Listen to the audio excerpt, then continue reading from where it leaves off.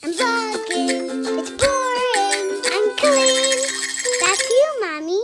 Guys, it has been so long since we dumped out rocks together. I've been way too busy to do my rock hobby, and it's also summertime, so there's not as many good rocks, but I started tumbling again about a week ago, and it's time to rinse off the rocks and see if any are ready to go to the next stage. I'm excited. It's been so long. Let's dump out some rocks. Here's the first one.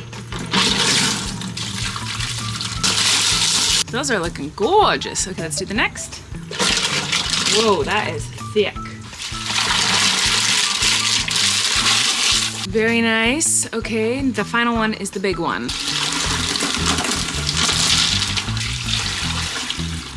These are gorgeous. Oh my God, I'm so excited. Hello, ignore my messy office, please. I'm going through rocks. You guys haven't done this in so long. It's so fun. I'm deciding how picky I want to be. I don't know how picky I want to be today. Usually I'm really picky with my rocks, and they have to be like perfectly smooth for me to put them into the next round of tumbling. And I'm trying to decide if I want to be like that or if I just want to put some through that aren't perfect. It's been a while since we talked about rocks, since I looked at rocks. So let's have a chit chat about this in case anyone is interested. People have asked me for like an in-depth tutorial, like start to finish, on how I tumble rocks, and I just feel like that would be so boring. And I've kind of done it in the past a little bit, but not fully. I just feel like only 3 people would be interested in that, so I've never done it. But I'll give you a quick little gist of how this works. First step is collecting rocks. So I go to the beach, but you can order rocks online. You don't have to get them at a beach or a creek or whatever. And I put them in stage 1. I have 3 tumblers that do stage 1. And stage 1 is the roughest grit, which is essentially like a ground up sandpaper kind of thing. Tumbles for like a week in that grit, and then I dump it out, look through them all, and that's what I'm doing right now. And if they're perfectly smooth, they move on to the next stage, which goes into this bucket. The reason I'm feeling them like this, like sometimes you can't see cracks and imperfections with your eyes, so you have to feel them. This one obviously has a lot of imperfections on it, so this one will get tumbled again. Sometimes rocks will sit in the stage 1 tumbler for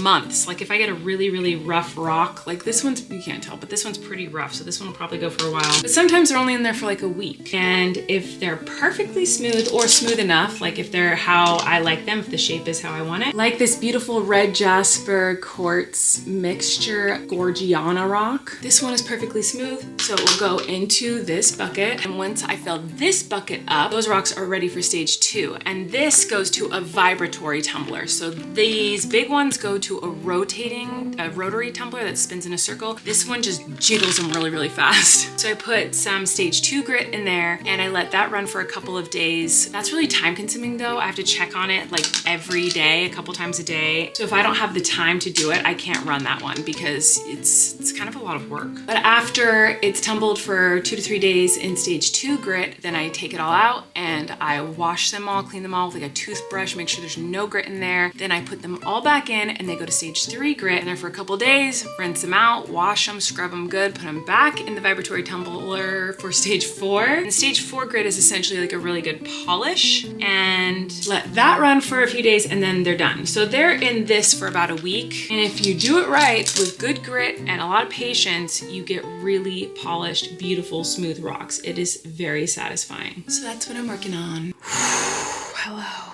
I'm feeling frustrated, so I'm taking a break from the thing that is frustrating me. I'm gonna give you guys an update on something that you deserve an update about. My sincerest apologies that I have neglected this and have been avoiding this. That was not a fart, by the way, it was the door. But I'm very sorry I've been avoiding talking about this. But it's the century plant. It has been so long since I gave you an update on the century plant, and you guys, it's dying. It's dead. My obsession with this century plant died with it. It is completely melting into the ground. The flowers that were once up there have died, and I just completely sucked at documenting the whole experience. I still need to film the final like update over there.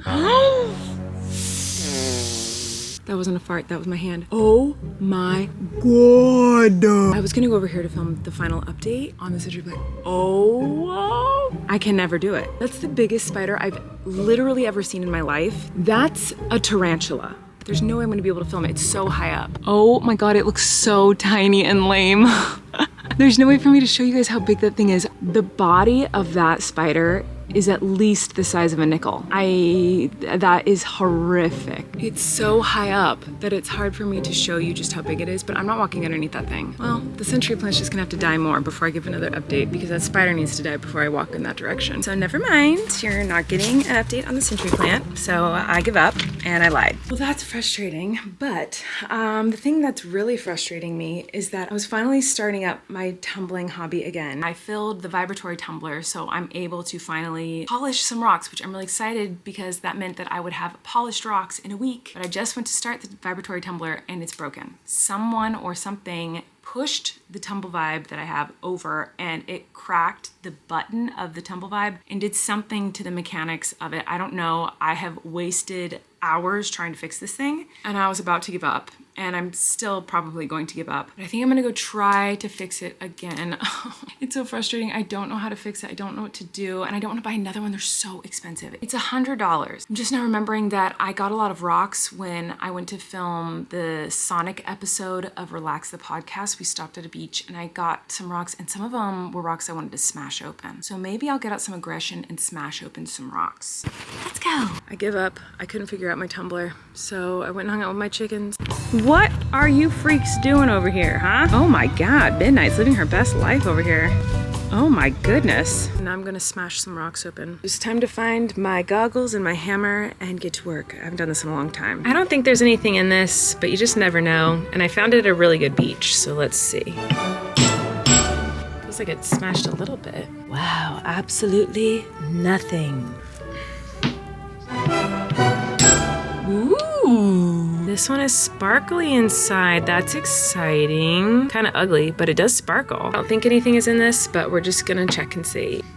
Whoa, shattered real easily. And there's nothing inside. There's nothing inside. Sometimes there's fossils in rocks like this, so I just wanted to check. Let's check this one. Whoa, absolutely nothing. Whoa, that's interesting. I see some sparkles in this. Kinda cool. Holy guacamole. Oh, this one's pretty. Oh my God. All right, it's getting too dark to do this and I'm not finding anything good, but this is the last one I'm gonna open. I don't think there's anything in this one, but we're gonna do it anyway. What the freak is that? Oh my God. It's kind of pretty, honestly. I like it. That's a nice one to end on.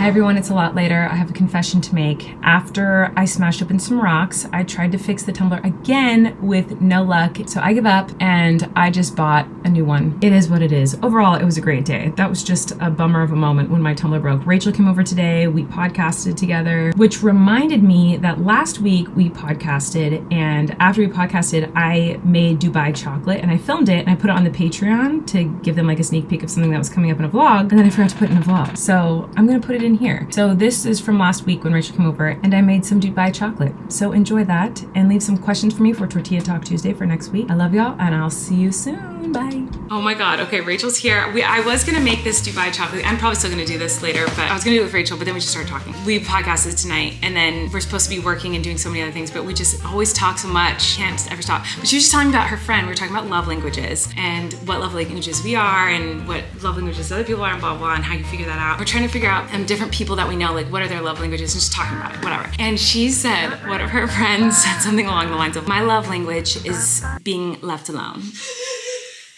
And I was like, wait, why is that not a love language?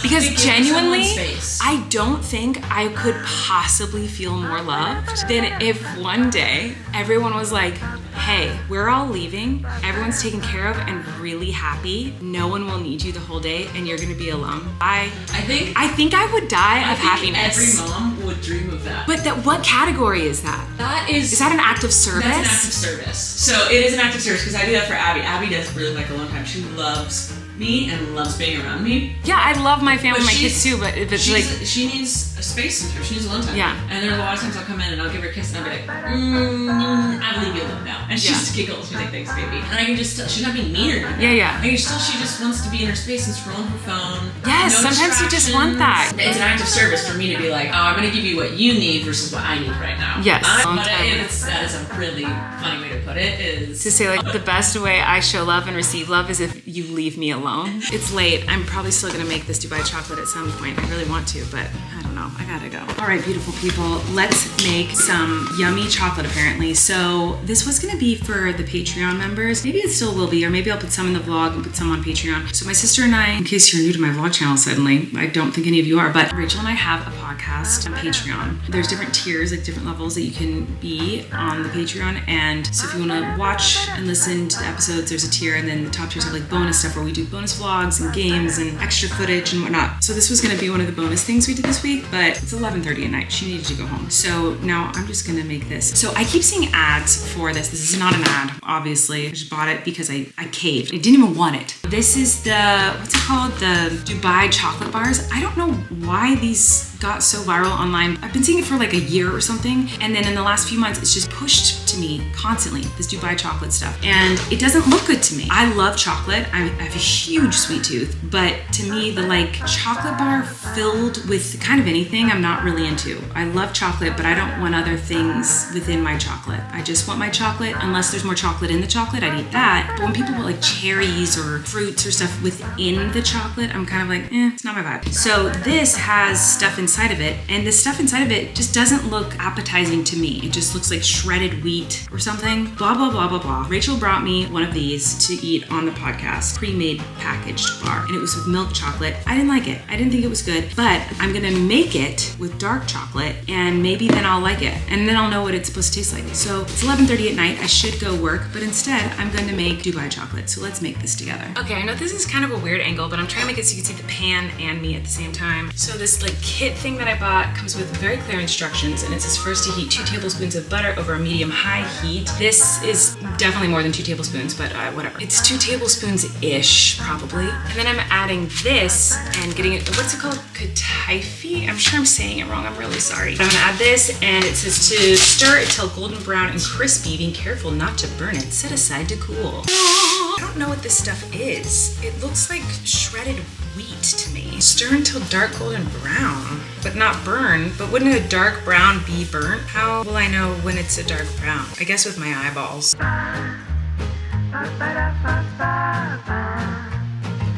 Next, I'm going to melt the chocolate. I'm just doing it in the microwave. Before, after.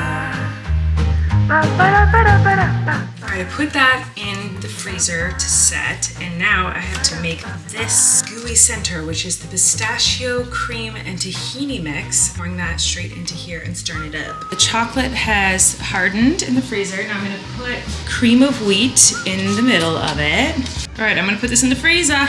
Hey everybody, this is the moment. She's hard as a rock, and I'm just gonna peel away the sides of this thing. Look at that. Dang, this is thick. It says break me, so that's what we're gonna do. We're gonna break her. Here we go. Oh my God, it's really hard to do. I think I have to go this way. Oh my God. So the inside looks like, is it supposed to look like that? That's a lot of chocolate. I think I might have made the chocolate too thick. Ow. I don't like it. I don't know. It's not for me. It's not that it's bad. It's just like, I like the crunch. I think if the flavor inside was like peanut butter instead of pistachio, I might like it better. But then it's just essentially a very crunchy Reese's, you know? Do I like it? I don't think so. I think I just like chocolate. Oh, that's fine. I don't think I understand what the fuss is about, but maybe I just don't like pistachio. Goodbye.